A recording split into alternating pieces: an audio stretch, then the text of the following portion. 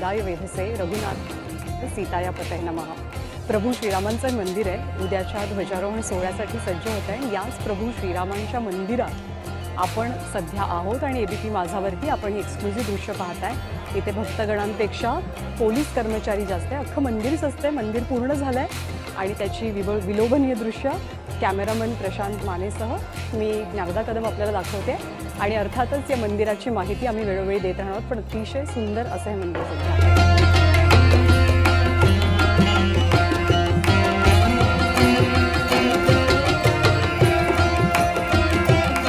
उद्या विवाह पंचमी आहे आणि विवाह पंचमीच्या मुहूर्तावरती म्हणजे सीता स्वयंवराचा हा दिवस आहे आणि त्याच्याच पार्श्वभूमीवरती हाच मुहूर्त निश्चित करण्यात आलाय उद्याच्या विशेष कार्यक्रमासाठी, म्हणजे धर्मपताका फडकवण्यासाठी, ध्वजारोहणासाठी।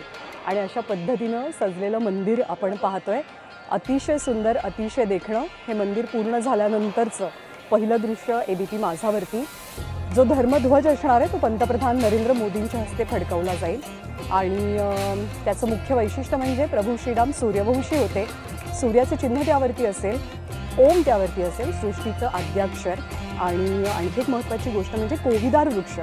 कोविदार वृक्ष म्हणजे खरं तर आपट्याचं झाड। हा कोविदार वृक्ष काय आहे तर प्रभू श्रीराम यांच्या राष्ट्राचं ते प्रतीक होतं। प्रभू श्रीराम यांच्या राज्याचा तो ध्वज होता, म्हणून कोविदार वृक्षालाही मोठा मान या सोहळ्यामध्ये दिला जातो आणि त्यामुळे अशा पद्धतीनं सुंदर मंदिर सजलेलं आहे। त्याचे दृश्य खास एबीपी माझाच्या प्रेक्षकांसाठी। एबीपी माझा, उघडा डोळे बघा नीट।